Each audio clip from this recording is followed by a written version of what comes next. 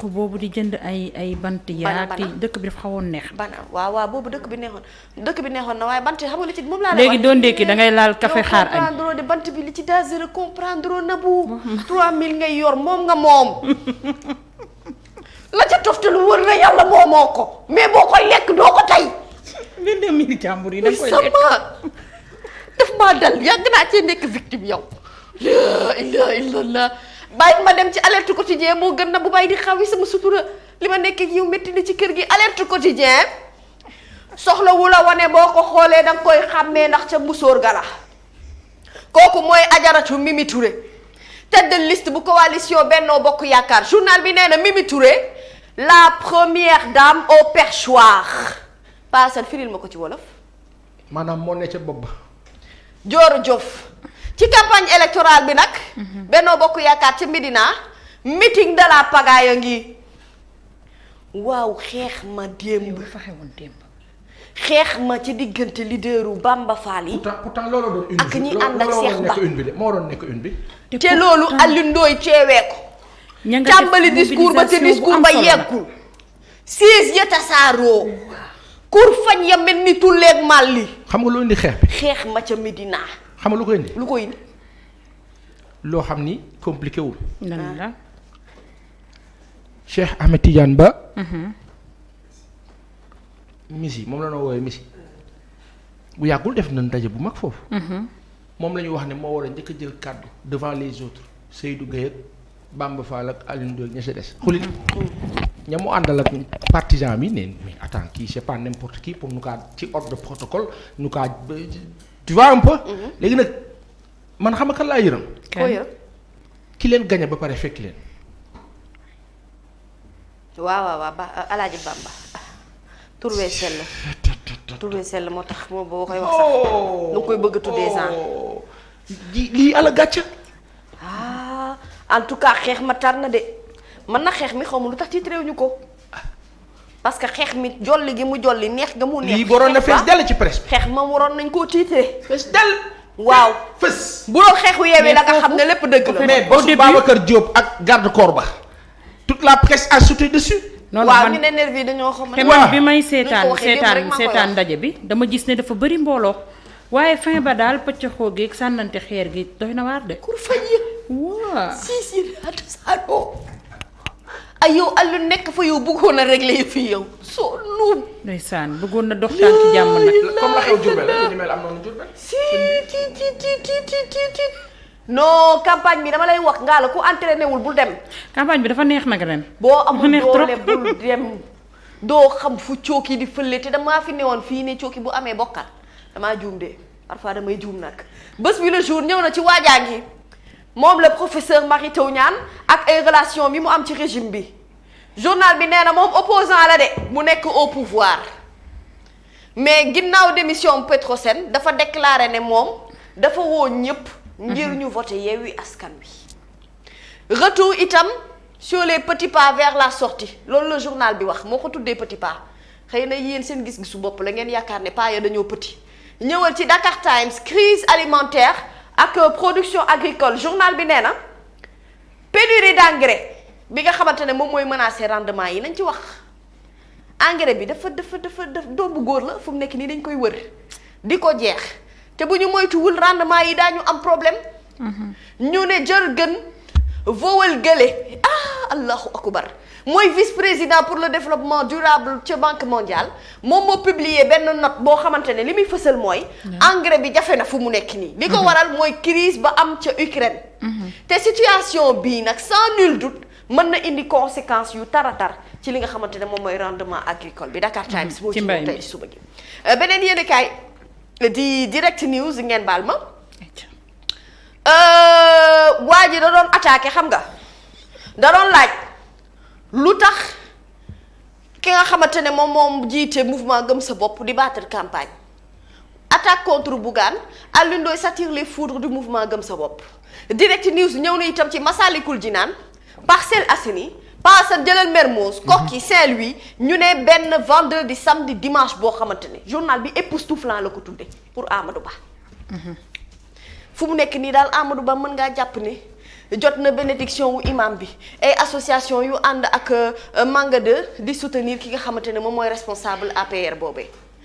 L'As quotidien daal di ñëw ci campagne pour les législatives journal bi nee na le dernier virage fu mu nekk nii ñu ngi ci cappaandaw gi inondation yi ca Kër Massar bu ñu ko fàtte pas habitants yi fu mu nekk nii li ñuy exiger mooy travaux yi nañu ko jeexal la finition des travaux parce que vraiment sonn nañu xoox nañu waa Kër Massar sonn ngeen saa yu taw bi ñëwee Kër Massar moom dafay ravir la vedette. wallaahi ñi fa dëkk vraiment yërëm naa leen te xoolal Kër Massar ñi fa dëkk ci askan nañu toll. kenn mënu la ko wax. ndox mu ñëw fekk si waat fa ndox. balaa nga ko xam nga yeewu fajar di génn. wallaahi wala nga dugg si ngoon Kër Massar nga xam ne léegi pratiquement nouvelle cité la. waaw ñëpp fa la ñu dëkk. waaw mami. waaw man uni wala yaa ci yegg seegul la xewoon démb Saint-Louis ak Louga gisuma ko ci benn une de wala ay ca ñu dem. l'info de ñëw na ci régularisation ak extension quartier Mbour 4 bu Thiès de. journal bi nee na Macky dafay draguer la cité du rail. Macky daal fu mu nekk nii ab jantal booy la boo xamante ne cité du rail ci boppam moom lay ciy jéem a attiré moom lay attiré xam nga boo lay cëppal booy boo xamante ne da nga bëgg mu baate. ay ca won ma. bu njëkkaan boo nekkaan classe pas Assane. li ñu daan def mooy nga bind petit mot. jox ko nabu. nabu jàllale ko paa. nga jox ko soose. mu yegg si ci man. léeg-léeg moo bi nag du yegg ndax léeg-léeg moo bi professeur bi intercepté ko nga yàqule. ñépp xam ne yow da nga doon déclarer sa amour. wala boog li ñu daan def mooy li nga xamante ne moom mooy ndeysaan cahier de vacances balaa nga caa tëj. fooy xam nga album souvenir yooyu nga xam ne ngay jël photo Pa Assane dessiné ca kër Pa Assane war a comprendre. ñu dem ci jamono boo xamante ne ñu toll ci xolal bu lay cëppal dañ naan mais xam nga booy balaa gis quoi nga neex ma quoi ma jàpp sa coppati quoi. ma bëggoon xama rek maa ak yow ñu dox dara quoi parce que gis naa ne bu ñu gérer affaire bi dafay nice. yaa ngi dégg ñu dem ba foofu topp ci gën koo gàttal bu ñu dajee yow ne la gis la bëgg ci loo ci xam. léegi xam nañu fu ñu toll. ki nga bëgg mu bëgg la foo koo def ñu naan la fii ci biir xol bii fii laa ko def réew mee ko neex. man yow laa bëgg. Macky day géré. man yow laa waaw. parce que lu ne fekkee naa ko. sallallahu alayhi wa sallam. lu ne fekkee naa ko. observateur nag def na nag interview ak ndaanaan bu mag nag. kii nag mooy artiste star interplanétaire yi. kii nag la ñëpp war a respecté nag. kii nag liggéey na ci réew mi lu ne. moom Youssou ba jigéen Ndour mi je parle artistiquement parlant. tubaar fa kàll macha allah. waaye journal bi interview mu mag a mag la def ak Youssou Ndour. wax na itam ci absence su campagne électorale am. ci taxaw gi mu taxawu Macky Sall. ak taxawaayam ca Rabat ca CAF Awards yi. musique bi. ak raaya yi nga xamante ne jot na ko cee jël lépp observateur ci la ñëw tey waaye journal bi itam ñëw na ci affaire force spéciale arrestation bu bees ci évasion wu Pape Mamadou Seck ñu ne après sa présumée copine Ndeye Codou N son présumé hébergeur aussi téye nañu ko mu ngi garde à vue jamono ji observateur moo xëy fasal loolu tey. Mamy Sarr waaw. Youssou nag mënoo ko wane fii te duma si wax ci. kii moo nu njëkk a jox bureau. 1998. ñu la jàngi. la tàmbali. ba ñëwee mu ne Lamine Sy booy bi bu ñëwtee na utiliser sa bureau bi. ndeysaan. gëm nu nag fonk nu respecté wallaay nu. ndeysaan. nu ngi kaa nuyu. d'accord nag moom sur le plan politique. ka nekk nag libre nga. mais artistiquement parlant. c'est une légende kii ala ab légende xam nga lu tax nu bëgg ko. personnellement dañu ko bëgg. dañu ko bëgg parce que c'est quelqu'un qui a eu à faire et se faire bien avant le président Sall. Macky. moom loolu lañu ko bëggee loolu lañu ko nawee. moo tax position am na mais nu ngi kaa xaar. ñun dañoo ànd ak peuple bi am yaakaar ne danañu fekk si. ndax dëggay mujj. moo tax troisième mandat xulil. troisième mandat moom xuli ma fii ci ay bët. kenn mënu see ànd kenn du si ànd. déedéet loolu dafa mën a ne loolu mënta ne ñëwal ma xool l'évidence journal ñëw na ci législative 2022 yi bu coow li bari ba ngeen fàtte ne ngeen war a dem retirer seen ay carte élection yi dimanche la 31 juillet dama koy fàtte. inchallah ci fan. ca législative 2022 caravane bu Mimi à Thiès ministre Alioune Sarr ak maire bu Notto Diobass ñu ne dañoo battre record mobilisation et propos discourtois contre Bougane Alioune Ndoye s'attire les foudres de gëm sa bopp mu ne nul ne peut empêcher sunu leader mu battre campagne pour victoire opposition bi. ñëwal ci beneen yéene kaay ma xool le mandat ñëw ci caravane Aminata Touré ca Thiès Alioune Sarr dafa battre li nga xam ne moom mooy rappel des troupes waaye yéen xanaa cooki bi du ngeen ci wax luy seen problème le quotidien mouvement d'humeur ca Sen'Eau une grève à l'eau lu tax ñoom ñu jàpp loolu te ñoom syndicalistes yi nee nañ seen grève bi suivre nañ ko à 85%. ñetti syndicat ñoo ci démarqué wu ñoo ci bokkul direction bi itam rassuré na ci li nga xam ne moom moo jëm ci wàllum distribution bi. bàyyi leen di xeebal nit ñi seen soxla nag parce que nag grève moom fu mu xës ba am rek mooy problème am na fa donc nañuy waxtaan rek ba trouver ay solutions. loolu itam baax na ca lool. ñëwal le quotidien national Le Soleil atténuation de l'impact des inondations quotidien national mooy wax de. mu ne apport décisif yi nga xamante ne nouveau ouvrage yi am nañu ko ci et explication wu Ababacar Mbayeen bi directeur général bu office national de l'assainissement du Sénégal ONAS ak ay gros moyens journal bi mooy wax quotidien national Le Soleil ak ay canalisation yoo xamante ne de plusieurs villes curées journal bi nee na impact inondation yi ne am na atténuation dégg nga nag paasa dégg nga. ñu ngi lay dégg bu baax. mu ne ndox mi daal gérer nañ ko. mu ne inondation yi impact bi. am na atténuation. d'accord. ah kon baax na. le quotidien témoin ñëw na ca assemblée nationale de. mu ne la 13e législature des scandales. yaa ngi dégg. waaw. de l'affaire des faux billets de banque. bu ñu jógee ci faux billets yi ba ci trafiquant passeport diplomatique en passant par les accusations de viol ou les 1500 francs d'impôts payés par les députés mu ne 13e législature bii finissante xam nga lu ñu fi nekkee woon scandale sur scandale ñoom daal tojange sur tojange waaw kon na 14e législature bi changé yëf yi du dëgg bu ñu jàppee ne li fi nekkoon baaxul dañ koy soppi. le vrai journal ñëw na ci ki nga xamante ne moom mooy Ousmane Sonko nee na communication am dafa am problème gestion inondation bi journal bi ñëw ci un gouffre à milliards sujet mu ñaari gros titre moom la def nii tey xëy. le vrai journal. fii ci kaw moom nos amis une comme à problème. Personnellement, je suis pas d'accord. Relativement, am na lu ñu fi signifié démb. vis-à-vis d'un choix, d'une option, quand bien même que ça peut être une option, mais am nañ ci avis. Par contre, dire que une com a problème, on ne peut pas être d'accord. Pourquoi? Celui qui est le plus visible sur cette campagne électorale en termes de communication, c'est lui. Quand bien même la presse ne le montre pas dans le sens positif, mais les populations adhèrent à ce qu'il fait de visu, physiquement et sur la toile. C'est le plus représentatif, c'est le plus vu. Sur la toile, qu'est-ce qu'on voit? Benno Bokk Yaakaar dañuy gis fa nu nekk danoo nuróole mooy danoo àndandoo waajal ko nuróole. waaw ba lanu gis leneen li moo la lan mooy danoo gàddu seen ay affichettes da dem di ko jox ay nit ñi leen di mooyu. C'est la réalité qui est en face. Donc la presse là ce qu'elle dit malheureusement ci contexte bi bu fekkoon y a 25 ans ci gannaaw. presse bi li moo def nii mën na orienter sénégalais yi mais mënatu ko parce que sénégalais yi fi nga leen di jox lii à temps réel nu ngi dund réalité bi di ko jot nag léegi sénégalais yi ñoo la seen ay journalistes bopp.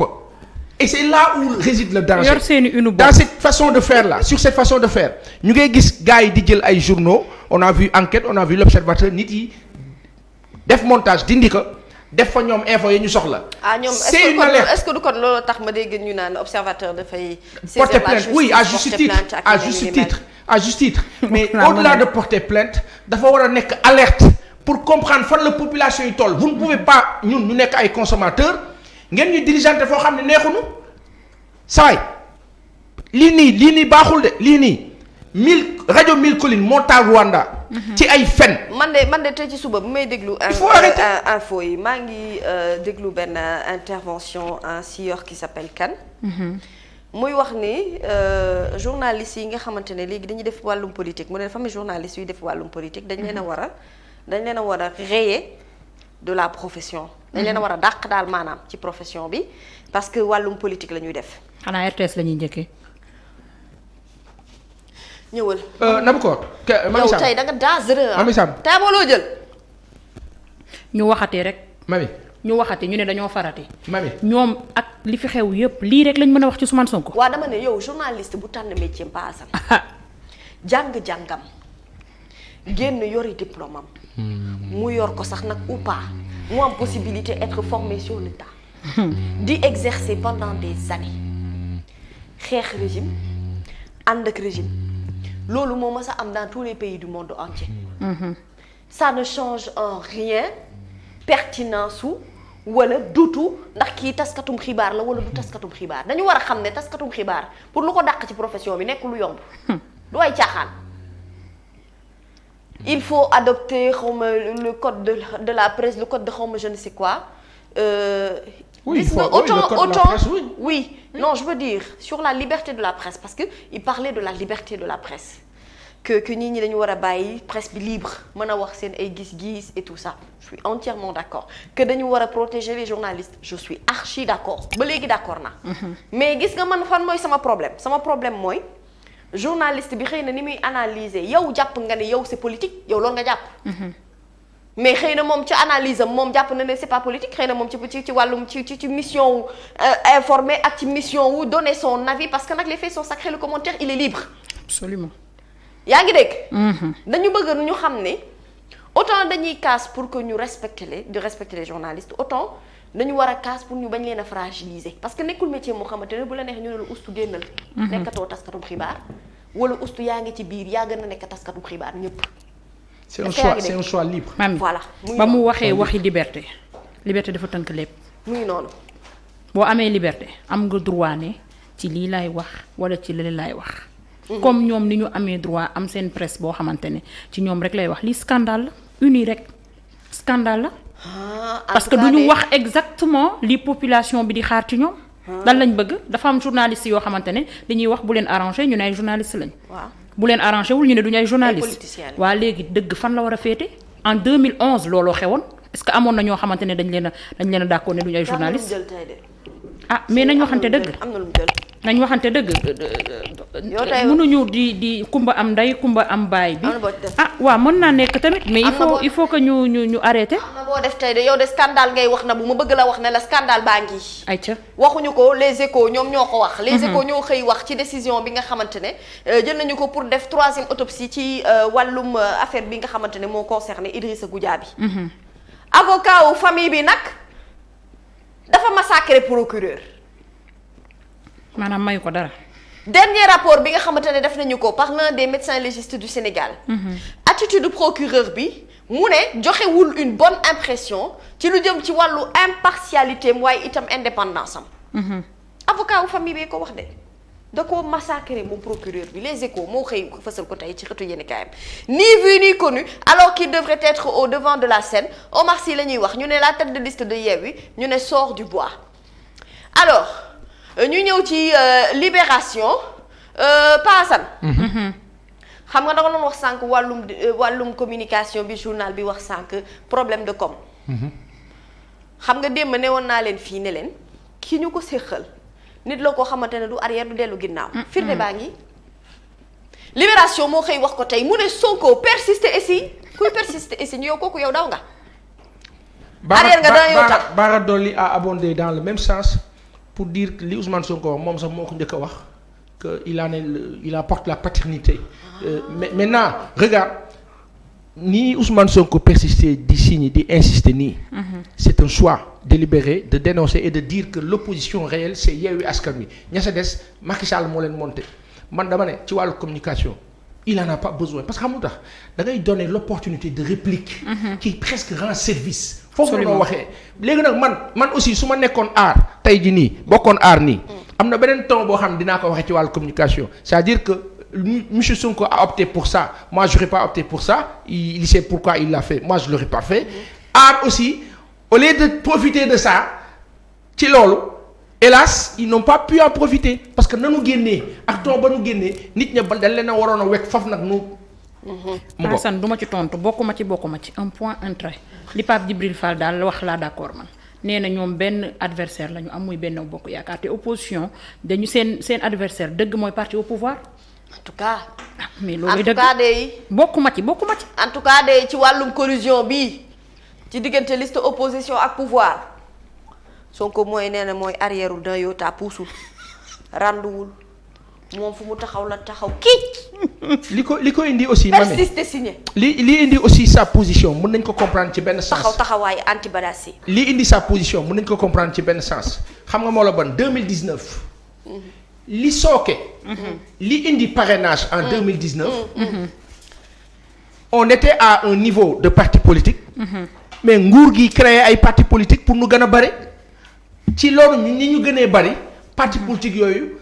nekk justif pour ñu ne on est à plus de 300 partis politiques il faut ñu def parrainage. c'est-à-dire yooyu aussi moo indi peut-être sa position. mais dire que Sénégal toll nañ foo xam ni fi ñu toll nii. da nga see taq wala doo si taq. taq ci rip rek. waaw da ngay nekk fii wala nga nekk fii foofu lañ toll et les Sénégalais aujourd'hui en ont tellement ras-le-bol que du ñu pardonner lu ni mel quoi du ñu pardonner dara. taq ci rip. Libération journal ñëw na ci affaire 4,2 milliards yoo xamante ne décaissé nañu ko ci benn terrain foofulee ca Bambilor loolu nag sans recevoir li nga xamante ne moom mooy kayit yi.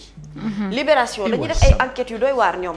liggéey Cheikh Mbacké la Cheikh Mbacké Guissé. moo macha allah. lui regarde sale temps pour la SICAP le journal bi xëy wax tey. excuse-moi lui ce journal là sur sa ligne éditoriale kenn mënu ko reprocher dara xamul tax. newul ci camp bi newul ci camp bële. dafa constant sax. mu nga ca enquête ak dossier.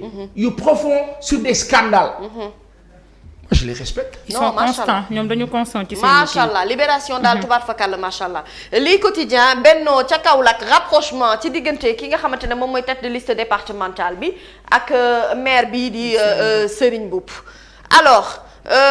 Bougane Gueye Dany mu ne dafa invité opposition à la clairvoyance d'accord Rewmi Quotidien législative Yewwi Wallu la seule opposition wuy ma persisté na de moom Sonko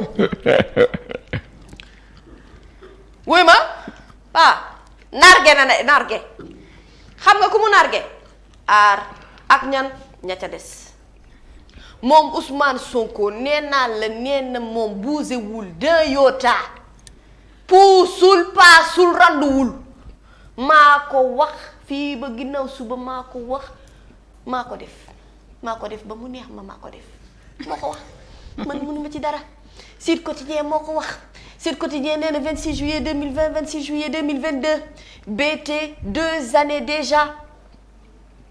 Babacar Touré. journal bee ko wax sunu baay bi ndeysaan. li lay ndeysaan. kii moom daanaka ñoom ñoo sos moom ci boppam. Babacar Touré waaw Sud groupe Sud. kii ndeysaan un homme intègre. lay ndeysaan rafet xol baax. ndeysaan macha allah kulin dafa am ña war a jiite. loolu de dëgg la. réew dafa am ña war a ne sa bopp ba. loolu la de am noo xam ne bu mu nekkee sa bopp ba réew mi dafa kii.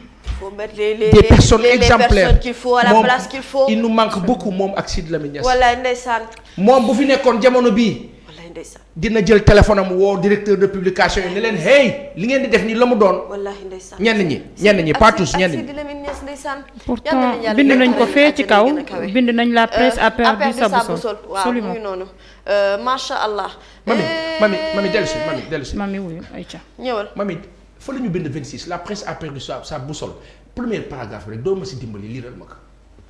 mu ni 26 juillet 2020 26 juillet 2022 voilà 26 ans que disparaissait Babacar Touré président du groupe Sud Communication monument de la presse. 2 ans pas 26 ans 2 ans. 2 ans le 26 juillet.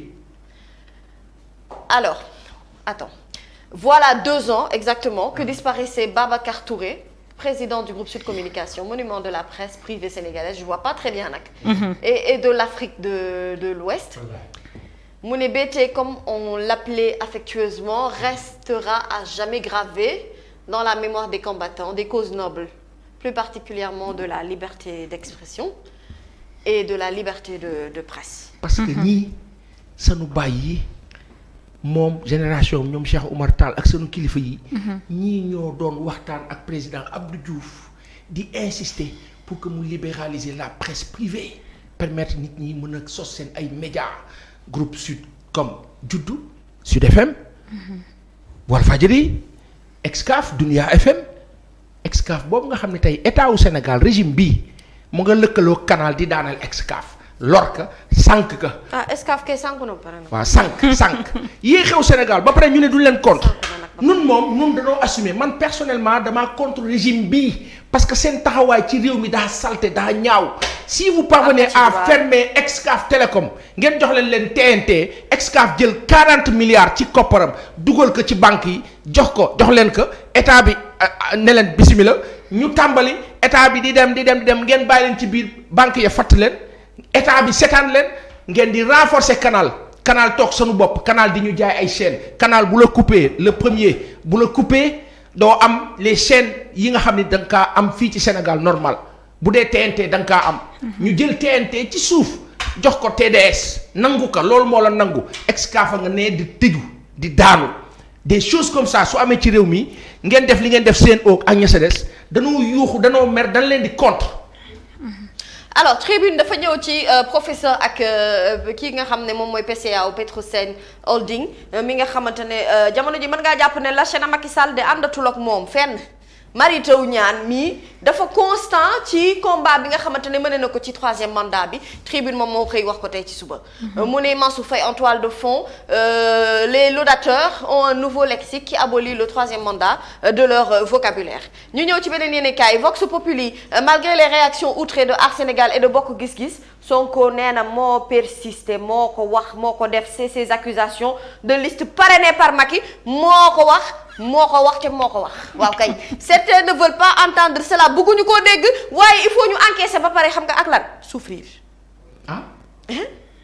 waxuma ko Ousmane Sonko ko wax mu ne certains ne veulent pas entendre cela am na ñoo xamante ne bëgguñu koo dégg mu ne waaye xoolal il faut nga mën a encaisser boo encaisser ba pare nga souffrir. mais foofu moom wax na dëgg xam nga tax moom jàkkaarloog moom bilaay il faut nga mën a encaisser. soo ko tamit nañ ko wax te dee rek.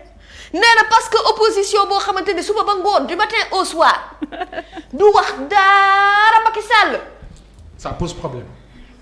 mu ne koo xamante ne soo ko rek la intéressé moom rek la ñor moom képp dong kese mu ne loolu ndax loolu opposition la nee na c'est ça l'opposition de l'opposition pànk kii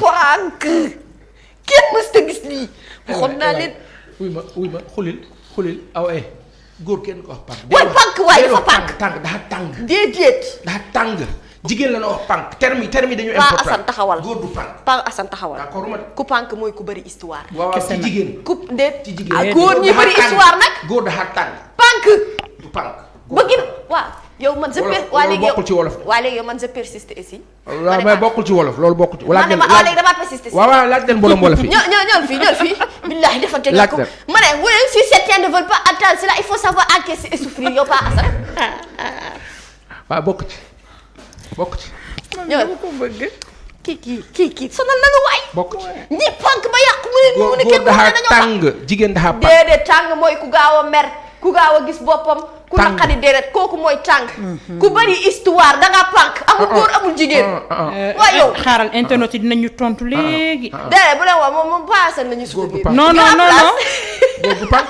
mobilisation accueil de Mimi Touré à Thiès journal bi nee na Alioune Sarr en locomotive de Benno Bokk Yaakaar démission Mary Teuw Niane bi itam journal bi ñëw na ci alors Walf Quotidien ñëw na ci campagne électorale bu Benno mu ne le silence intriguant des défenseurs de Macky ñi nga xamante ne ñoom ñooy défendre Macky kenn déggatu leen seen silence dafa intriguant Pa Assane kenn déggatu leen kenn xamatuluñ ci lan la ñu ne à part Mimi mi nga xamante ne moom mooy def tournée fu mu nekk nii ñu ñëw ci quotidien sport record la ñuy tàmbalee Aliou Cissé ngi yaa baax ñoo bon mu ne en attendant une revalorisation ne touche plus à son salaire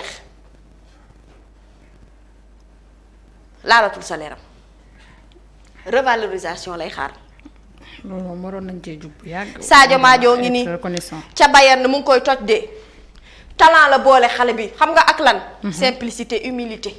waaye xale bi sympathie yi muy dégager nag sympathie. il est trop gentil. naturellement da nga koy gis rek bëgg ko. il est sympa dëgg la. Sadio Madio law la cat mu ngi impressionné déjà Bavière. tubaar fakàlla macha allah yàlla na la jig ba yeneen i mbir topp ci xoolal mu ngi waat nii sax ci xëtu yenn kaayu réew mi quotidien mu ne Mané a déjà fait oublier Lewandowski loolu nag ci xarañteem la loolu nag ca yarga la loolu nag ca discipline sportive ba la loolu nag ca comportement ba la loolu nag tubaar fakàlla macha allah kenn du yow yal na la yàlla fal cat. ñëwaat nga nii de Sadio Madio boo ñu jekkoo dee ñu baal. Bayern les cadres sous le charme de Mané mu ne il est incroyablement humble et sympathique. humilité baax na bu.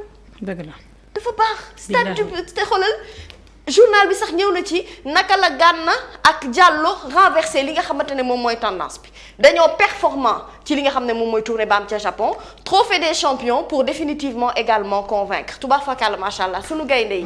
alors ce sont des nouvelles de la tanière jeex na wala. sunu lamb. ay ca ñu jeexalee ak lamb ji Khadim Ndiaye dissèque le combat du 7 août mu ne Gris Bordeaux dafa war a agresser Balla Gaye 2 lii moom du conseil. il doit laisser sa vie à mbaaw Balla Gaye 2 ne part pas favori Gris Bordeaux da koo ñeme combat la nag boo xamante ne nii ñoom ñaar ñëpp ku ci nekk mbër ga ku ci nekk am nga palmarès ku ci nekk am nga jaar-jaar agression moom gëw ma ne boobu dina baax yow conseiller woo ko loolu non Balla Gaye kuy bëreek moom bu ko may mu calculer parce que du la ko may moom bu arbitre bi xësee ba siffler moom jeex na du la ko may kon yow indil tactique indil intelligence indil technique indaaleel forme nag bu am solo dëgg la waaye kattan bu am doole ci tànk yi bu say tànk fragile ba buñ la ëffee nga daanu dëgg la Balla Gaye kuy bëreek moom da ngay bëri kele moom gaynde géejawaay gi da ngeen yaakaar ne gaynde gi dafa bàyyee rougir loolu nga fa